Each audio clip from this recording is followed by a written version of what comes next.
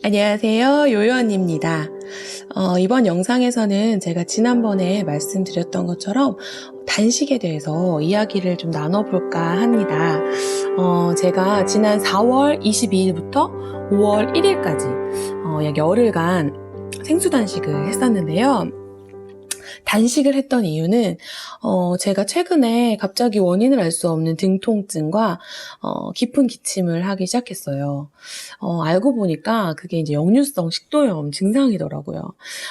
제가 그 증상들을 앓은 지는 좀 됐었는데 그렇게 크게 대수롭지 않게 생각하다가 음식만 먹으면 소화가 안 되고 소화가 좀 잘 안 되는 것 같으면 어김없이 등이 아프더라고요. 근데 이제 이게 역류성 식도염 증상이라는 걸 알게 된 다음에 제가 여러 가지 다양한 염증 작용들이 몸에 많이 일어났었지만 역류성 식도염은 또 처음이었거든요. 그래서 덜컥 좀 겁도 나고 해서 여러 가지 이유로 제가 단식을 하게 됐습니다. 단식에 대해서는 제가 20대 초반부터 되게 관심이 많이 있었어요.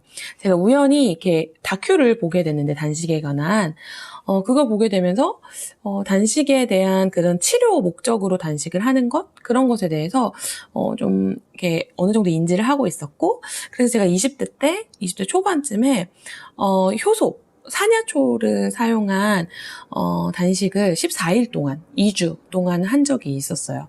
그때도 굉장히 이제 몸이 가벼워지고 클린해지는 느낌이 굉장히 많이 있었거든요. 근데 그러고 나서 그때는 바로 미국에 갈 일이 있어서 미국에 갔다가 뭐 보식 같은 거를 정확히 하지 않아가지고 엄청 또 속에 탈이 나서 고생을 했던 적이 있었고요. 제가 이제 이 단식에 대해서 제가 단식을 해보고 하면서 좀 더 이제 관심을 갖게 되고 좀 공부를 하게 되더라고요. 그래서 제가 지난 영상에서도 소개시켜 드렸지만 제가 되게 단식에 대해서 아주 좀 더 많은 관심을 갖게 된 책이 이 제이슨 펑이 쓰신 독소를 비우는 몸 이 책하고요. 또 이분이 똑같은 저자가 쓰신 비만 코드라는 책이에요. 제가 지난번에도 설명드렸죠.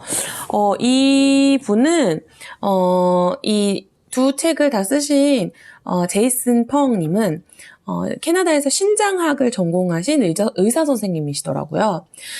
이분은 당뇨병 치료를 되게 많이 하시는 분이신데 그 당뇨 치료 자체에 단식을 도입하시고 단식을 이용한 당뇨 치료에 굉장한 권위자이시더라고요. 그래서 제가 지난 영상을 보셨으면 아시겠지만 저는 갑상선 기능 저하를 앓았었기 때문에 이 호르몬에 대해서 굉장한 관심을 가지고 있고 호르몬과 살이 찌는 것은 분명히 연관이 돼 있다 이렇게 생각을 많이 하고 있는 편이었거든요. 그래서 이제 호르몬에 대해서 우리가 이제 제가 작년 재작년 이렇게 살을 빼면서 많은 감량을 하면서 제가 그 전에는 사실 다이어트 약도 먹어보고 사실 한약도 진짜 여러 종류 먹어봤고요. 양약도 여러 종류 먹어봤고 기능성 제품들도 진짜 많이 먹어봤고요. 다이어트 한다고 안 해본 게 없어요. 뭐 레몬 디톡스 당연히 해봤고 뭐 여러 가지 안 해본 다이어트가 없는데 제가 재작년에는 정말 다시 살이 안 찔 거라고 생각했던 게 정말 정석. 운동을 많이 하고 음식을 정말 적게 먹는 다이어트를 했기 때문에 이제 다시 나는 살이 찌지 않을 거야. 내가 편법을 사용하지 않았기 때문에 라고 생각했거든요. 그러나 어김없이 다시 요요가 오는 것을 보고 뭔가 내 몸을 더 잘 알아봐야겠다라는 생각이 많이 들었어요. 그러면서 이 호르몬 제가 갑상선이 약하니까요. 호르몬에 대해서 관심을 가질 수밖에 없었는데 우리가 그래도 요즘에 인식들이, 이런 책들 덕분인 것 같기도 하고요.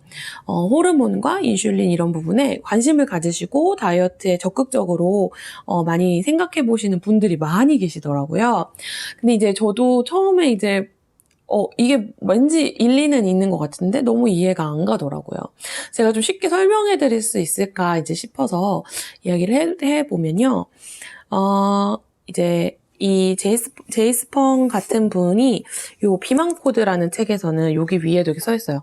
체중은 인슐린이 결정한다. 이런 식으로 인슐린 이분은 호르몬이 어떤 잘못 된 것에 대해서 그것 때문에 비만이 온다라고 주장하시는 분이거든요.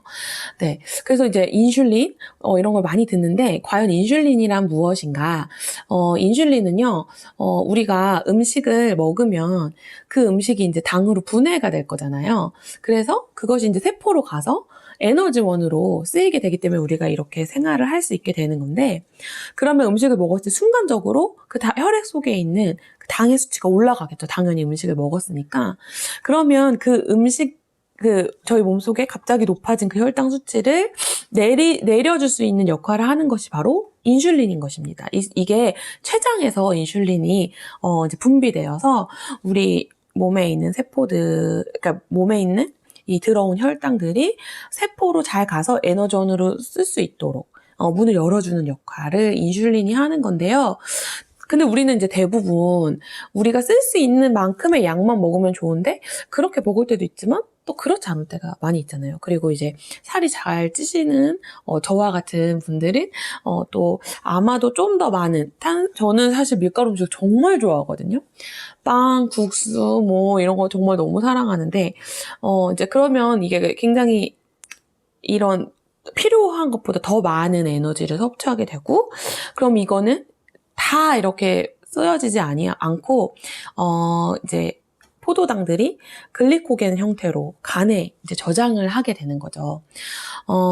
이 저장을 하는 것이 또 이제 그걸 저장하고도 저장할 공간이 없을 때 인슐린은 이거를 이제 지방에 저장하도록 인슐린이 그런 역할을 하는 거예요. 그래서 인슐린 별명이 지방 저장 호르몬이라는 별명을 갖게 된 것입니다. 그래서 우리가 인슐린을 알아야 살이 빠진다라는 말을 되게 많이 들어보신 분들이 있을 거예요. 지금 생소하신 분들도 물론 있으시겠지만요. 지금 이런 인슐린이 민감하게 잘 반응을 하는 것들이 굉장히 몸에 중요한데 그 반대로 그동안 너무 뭐 서구화된 식습관 그리고 과하게 당분을 먹는다든지 또 액상과당, 뭐 인공 향신료 그리고 정제곡물 그러니까 밀가루 같은 정제곡물 그리고 쌀도 이제 막 다 정제를 많이 한 그런 곡물들이 우리가 되게 그거가 주식이 돼버린 식습관을 가지고 있잖아요. 그리고 운동이 좀 부족하고 스트레스도 많이 있고 불규칙한 생활을 하게 되는 우리 지금 생활 형태도 되게 서구화되고 있는데 그럴 때 호르몬 이제 불균형이 일어난다는 거죠. 그러면서 인슐린이 잘 예민하게 반응을 해주는 것이 아니라 도리어 인슐린 저항성이 생긴다는 이야기예요. 그래서 그럼 이렇게 돼서 저처럼 대사 질환 갑상선 기능 저하라든지, 뭐 당뇨 이런 것들, 비만도 아주 가장 큰 대사 질환인데요. 뭐 대사 질환은 되게 여러 가지가 있죠. 다낭성 난소 증후군 이런 것도 있고요. 저는 사실 다이어트 이제 극심하게 하기 전에 다낭성 난소 증후군도 있었습니다. 근데 작년에 다이어트 하고 나서 다시 산부인과에 가서 검진을 받아봤는데 너무 깨끗하다고 다낭성 난소 증후군이 사라졌다고 하시더라고요. 그래서 다낭성 난소 증후군 같은 경우도 살을 빼야 된다라고 이제 처방을 많이 하는데 또 그거를 있으신 분들이 살이 잘 안 빠지거든요. 그러니까 이게 결국은 다 호르몬과 관련된 질병이라는 거죠. 갑상선 기능 저하도 마찬가지고. 그래서 이 호르몬에 대해서 알면 알수록 단식이 중요하다는 생각을 하게 됐어요. 이 두 가지 책에서 제이슨 펑은 이 혈당을 낮추는 그리고 인슐린 저항성을 그러니까 저항이 심한 것을 민감하게 바꿔줄 수 있는 가장 최고 의 방법을 단식으로 꼽보게 돼요. 그러니까 인슐린 수치가 가장 빠르게 내려갈 수 있는 방법이 단식이라고 해요. 네, 그래서 단식에 대해서는 사실 호불호가 되게 많이 갈리실 것 같아요. 근데 최근에는 그래도 간헐적 단식도 되게 많이 유행하고 있고 이래서 단식에 대한 인식이 많이 바뀌긴 했지만 장기 단식, 일주일을 넘어가는 막 3, 4일만 넘어가는 장기 단식에 대해서도 되게 겁을 많이 내시기도 하고 걱정을 많이 하시기도 하는 것 같아요. 그래서 이 단식에 대해서 제가 또 해보고 나니까 이 단식이 굉장히 좋다는 거를 되게 말씀드리고 싶더라고요. 단식은 그냥 무작정 굶는 것과는 다릅니다. 우리가 이렇게 생각하시면 될 것 같아요. 우리가 건강을 위해서 달리기를 하는 것과 뒤에서 사자가 쫓아오기 때문에 살기 위해서 막 달리는 것과는 차원이 다르죠. 아예 접근이 다르잖아요. 단식은 내가 지금 밥을 먹을 수 있는 상황이 아니고 바쁘기 때문에 이렇게 안 먹는 게 아니라 내가 내 몸에 있는 장기들도 쉬게 해주고 이런 독소가 배출될 수 있도록 내가 자발적으로 굶는 것을 선택하는 것입니다. 네, 그래서 단식을 하게 되면요, 아까 얘기한 것처럼 음식을 먹고 그것이 에너지원으로 사용되는 그 저장 과정이 거꾸로 진행된다고 해요. 그래서 우리가 음식을 먹으면 인슐린 수치가 올라가는데 단식을 하기 시작하면 인슐린 수치가 내려가고요. 이제 혈당들을 저장을 해야 되는데 우리는 이제 반대로 단식을 하게 되면 저장되어 있는 것들을 꺼내 쓰기 시작한다는 것이죠. 그래서 이 책에서는 그렇게 얘기해요. 우리 몸은 음식 에너지를 저장하는 중이거나 아니면 태우는 상태거나 이 둘 중 하나다라고 이야기를 하더라고요. 저도 굉장히 그걸 읽고 끄덕끄덕 하면서 제가 정말 틈만 나면 간식을 먹고 제가 특히 저는 음료수를 정말 좋아해요. 그리고 얼어 죽어도 아이스. 아이스 음료를 되게 좋아하고, 예전에 아주살이 막 급질 때는 약간 탄산 중독처럼 그걸 먹어야지만 속이 뭔가 시원한 것 같은 그런 부분들이 있었거든요. 그래서, 어쨌건 이런 단 음료 같은 것이 이제 탁 몸에 당이 이렇게 쏟아붓는 행위인데, 그거를 제가 정말 많이 한 거예요. 그러면서도, 난 음식 많이 안 먹는데? 이렇게 하면서 음료수를 되게 많이 마셨던, 그런 것이 좀 생각이 나는데요. 그러니까 결국은 우리 몸이, 막 에너지를 태우는 상태거나 막 저장하는 상태라고 했잖아요. 그러니까 사실 식사하는 것과, 식사를 멈추고 단식하는 것이 균형을 이루면 사실 체중이 잘 늘어나지 않는다는 것이죠. 근데 예를 들어서 아까 제가 얘기한 것처럼 막 음료수를 계속 마시고 뭔가 얘는 소비하는 시간은 적은데 계속 간식 먹고 삼시세끼 다 챙겨 먹으면서 간식 먹고 음료수 먹고 계속 하게 되면 사실은 음식을 저장하는 데 계속 시간을 많이 쓰게 되는 거잖아요. 그리고 그걸 다 쓰지 못하고 그렇게 되면 결국은 시간이 흐른 다음에는 체중이 많이 불어져 있을 수밖에 없는 그런 결과가 나타난다는 거죠. 그래서 이 단식의 가장 큰 장점은 인슐린을 줄이는데 가장 효과적인 방법이다. 그러니까 저처럼 인슐린 저항성이 좀 높아지고 음식을 이렇게 규칙적으로 먹거나 좀 좋은 식습관, 좋은 음식, 좋은 식자재를 골라서 먹는 습관이 아니라 갑자기 제가 식사가 망가져 버렸잖아요. 다이어트를 이제 과하게 하다가 그렇게 됐기 때문에 인슐린 민감도가 아주 낮아지고 인슐린 저항성이 커지는 그런 상황이기 때문에 저는 음식 절제하는 거나 이런 부분은 좀 뭐가 되게 망가진 느낌이 들었어요. 왜냐면 계속 단 것이나 이렇게 밀가루 음식이 자꾸 땡기는 상황이었었거든요. 그래서 제가 이제 다이어트를 목적으로 단식을 시작한 건 아니었고 몸이 아팠기 때문에 단식을 시작한 것이었는데 단식을 하게 되면서 굉장히 몸에 안 좋았던 영양들이 많이 개선되는 효과를 볼 수 있었어요. 단식을 하면 대부분 굉장히 피곤하고 뭐 음식을 먹지 않으니까 기력이 떨어질 거라고 생각을 하시잖아요. 저도 그렇게 생각을 했는데 생각보다 되게 재밌는 일은 오히려 정반대의 일이 일어나요. 저도 한 3, 4일 때까지는 굉장히 좀 힘든 부분이 있었거든요. 음식을 먹지 않으니까. 근데 한 4일 이후부터는 신기할 만큼 정신이 더 또렷하고 맑아지고요. 기력이 넘치더라고요. 그래서 제가 일상생활, 집에만 있었던 게 아니고 일상으로 생활을 해야 되는 일들까지도 잘 감당할 수 있었어요. 중간중간에 마치 저혈당처럼 제가 갑상선 기능저하가 있었기 때문에 체온 조절을 잘 못하는 부분이 있었거든요. 갑자기 춥거나 오한이 오는 것처럼 힘들거나 그런 부분들이 아주 종종 찾아오긴 했지만 제가 이제 단식에 대해서 알아보고 카페나 이런 곳에서 정보를 얻었을 때 약간의 소금 같은 것을 섭취해주면서 미네랄을 섭취해주고 영양제를 잘 챙겨 먹고 이런 부분들을 잘 공부해서 단식을 하시면 3, 4일 이후부터는 생각보다 허기도 안 지고요. 그러니까 그 허기 문제가 제일 신기했어요.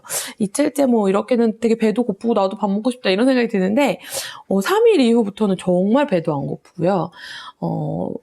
제가 첫째 날, 둘째 날 정도만 남편 밥을 못 해주고 셋째 날 이후부터는 제가 다 아주 맛있게 밥을 차려서 남편에게 주고 저는 전혀 먹고 싶지 않은 마음이 들 만큼 식욕도 잡히더라고요. 그러니까 아마 인슐린 민감도가 다시 증가하고 호르몬의 어떤 변화들이 크게 있지 않았을까 예상해 봅니다. 네, 그래서 우리 몸은 지금 저처럼 또 체지방이 많은 사람들은 단식을 해도 이제 여기에서 들어오는 음식물에 에너지가 없어도 저장되어 있는 체지방을 에너지로 사용하기 때문에 우리가 음식을 먹으면서 뭐 저칼로리로 뭐 음식 먹고 이러는 것보다 훨씬 더 빠르게 이 체지방을 갖다 써서 에너지로 그래서 빨리 체지방을 태울 수 있는 되게 좋은 다이어트 법이기도 해요. 네. 제가 좀 아쉬운 거는 제가 시작할 때 이미 이제 막 안 좋은 식습관과 이런 거를 몸이 많이 다시 불어나 있었기 때문에 몸무게를 재지 않았어요. 그래서 제가 사실 열흘 다이어트하고 몇 킬로가 빠졌는지를 사실 알 수가 없어요. 그게 너무 지금 큰 아쉬움이긴 한데 근데 어쨌건 몸의 변화들이 계속 좀 일어나기는 했었어요. 근데 이제 제가 이제 배가 이제 가스도 많이 차고 이렇게 많이 나와 있는 상태여서 배가 막 갑자기 홀쭉해졌다 이런 것까지는 모르겠는데 조금씩 들어가기는 하더라고요. 그래서 이제 단식의 좀 장점을 몇 가지 더 설명해드리고 이 영상이 좀 너무 길어지는 것 같아서 마무리를 하려고 해요.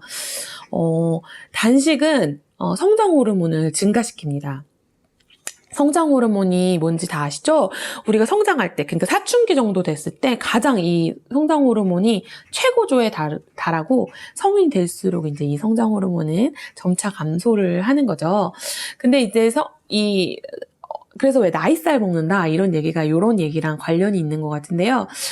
성인의 성장 호르몬 수치가 점점 내려가게 되는데 근데 이제 그게 과도하게 낮아지면은 체지방이 증가하고 근육량이 감소하고 골밀도가 감소하게 되는 거죠. 우리 성장 호르몬은 지방이 연료로 사용되는데 되게 중요한 역할을 하거든요. 그렇기 때문에 자꾸 나이가 먹을수록 다이어트가 좀 어려워지고 자꾸 뱃살이 들고 근육이 빠지는 그렇게 되는 것 같아요.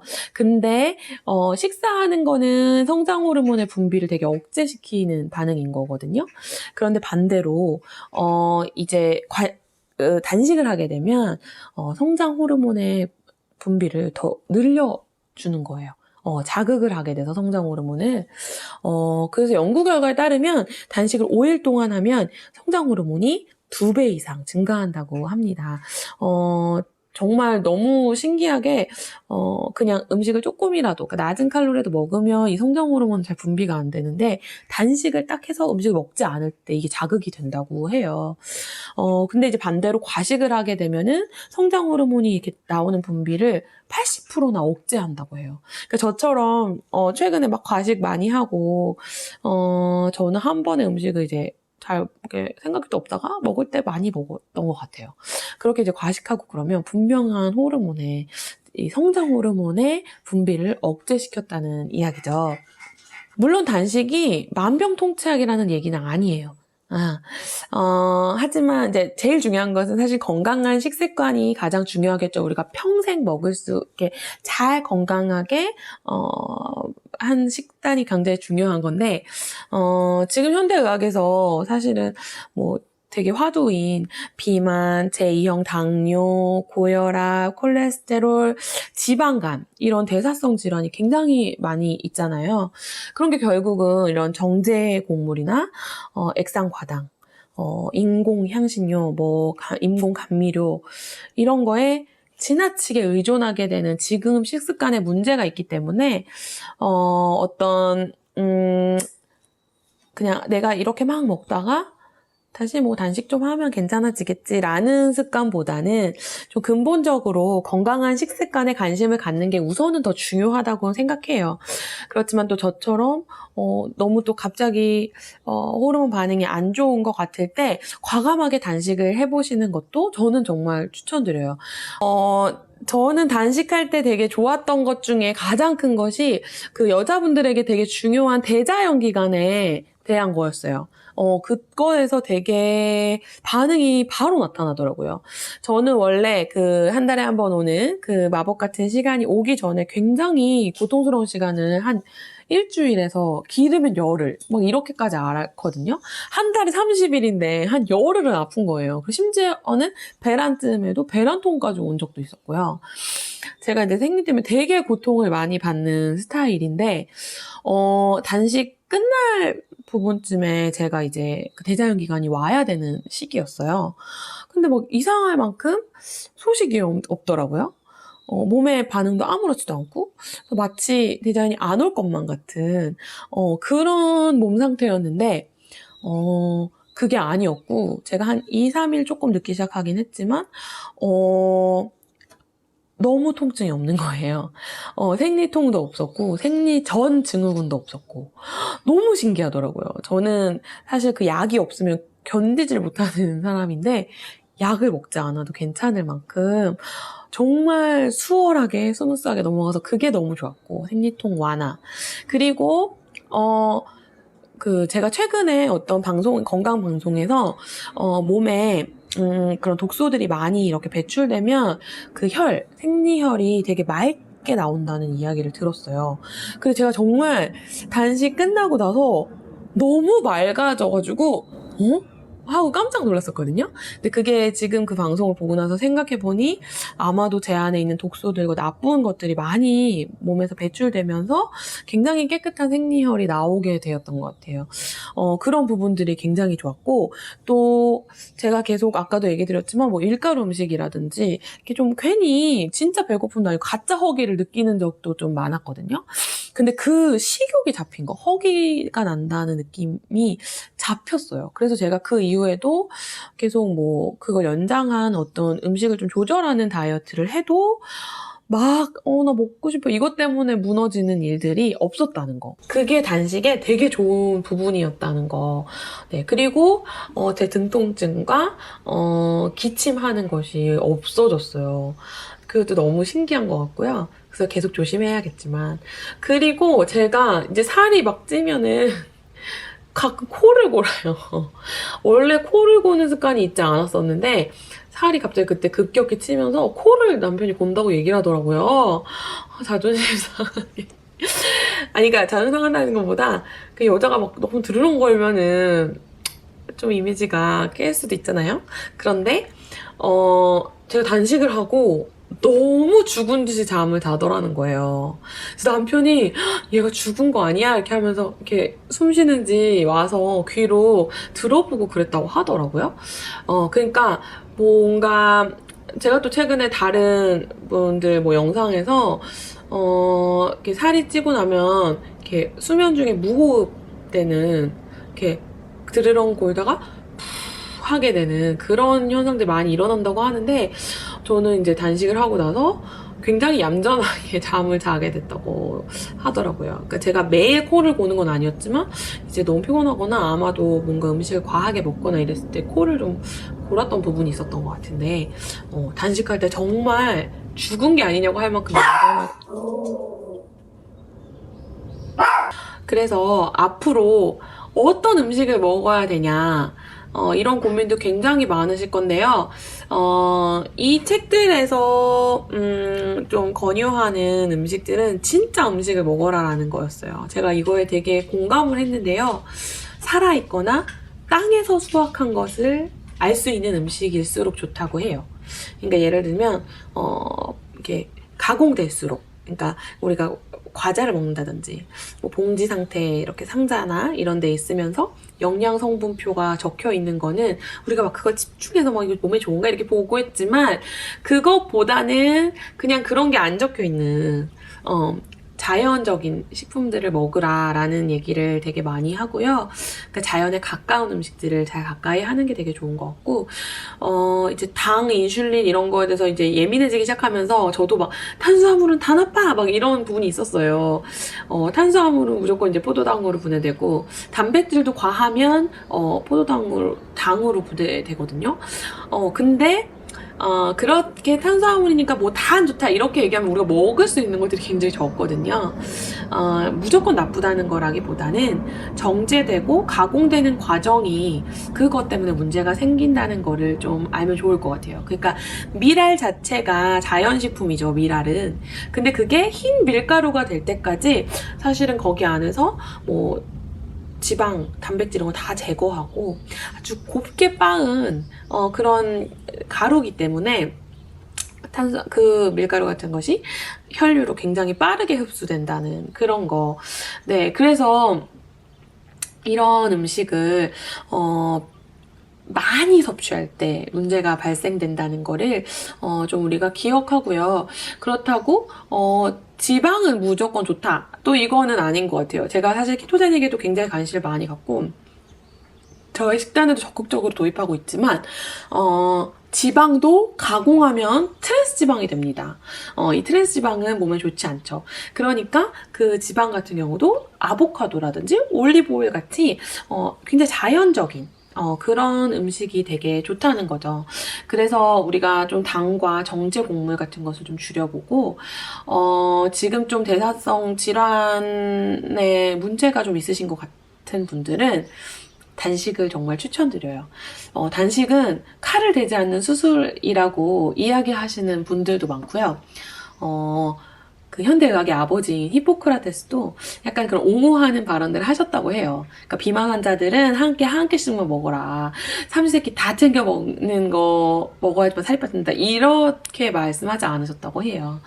그러니까 저의 결론은 단식하는 시간과 음식을 먹는 시간에 좋은 균형, 내 몸에 잘 맞는 그 좋은 균형을 잘 유지해서 내가 음식을 먹지 않는 시간 동안 에너지를 잘 태워서 또 지방을 잘 태워서 그걸 다 소비할 수 있고 음식을 또 먹고 나서 또 음식을 먹는 시간과 먹지 않는 시간을 잘 조화롭게 균형을 이뤄가는 것이 되게 중요하다는 생각을 해봅니다.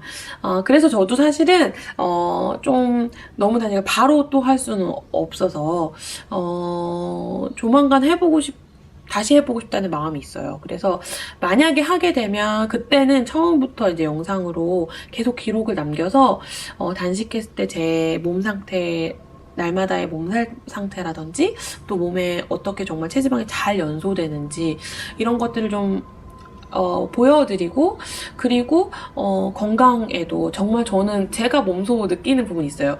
물론 견디기 힘들 때도 있습니다. 그 열흘 중에 열흘 모두가 다 컨디션이 좋진 않았어요. 마지막에는 저도 막 위도 좀 아프고 아마 그게 염증이 조금 있었던 상태에서 음식을 계속 먹지 않았기 때문에 좀 아팠던 부분이 있었어요. 그렇기 때문에 제가 무리하지 않고 사실 더 장기도 생각했지만 열흘에서 마무리한 거였거든요. 그러니까 어떤 치료의 목적까지도 잘 가지고 단식을 해보는 것은 되게 좋을 것 같다. 근데 몸이 너무 안 좋으시거나 이런 분들은 반드시 의료진과 주변에 그 전문적인 의사 선생님들께 조언을 받아서 해보시는 거를 되게 강추하고 싶어요. 네, 그리고 정말 다이어트만이 목적이다 하셔도 인슐린 수치를 정말 급격히 떨어뜨려 주기 때문에 우리 몸에 여러 가지 변화들을 많이 보실 수 있게 되지 않을까 싶습니다. 단식에 대한 이야기가 좀 길어졌는데요. 제가 그만큼 단식이 중요하다는 얘기를 좋았다는 이야기를 해드리고 싶었던 것 같아요. 저는 다음 영상에서 찾아뵐게요. 제가 다음 영상에서는 오일만 주스 2차 시도 했던 그 이야기들 가지고 돌아오도록 하겠습니다. 오늘도 건강하고 몸에 좋은 식사 잘 챙겨서 하시고, 또 식사하지 않으실 때는 몸에 있는 에너지를 잘 태울 수 있도록 건강하고 힘찬 생활 하시기를 바랍니다. 저는 여기까지 요요언니였습니다. 좋아요, 구독, 알림 설정 기억해주세요. 다음에 또 찾아오겠습니다. 감사합니다.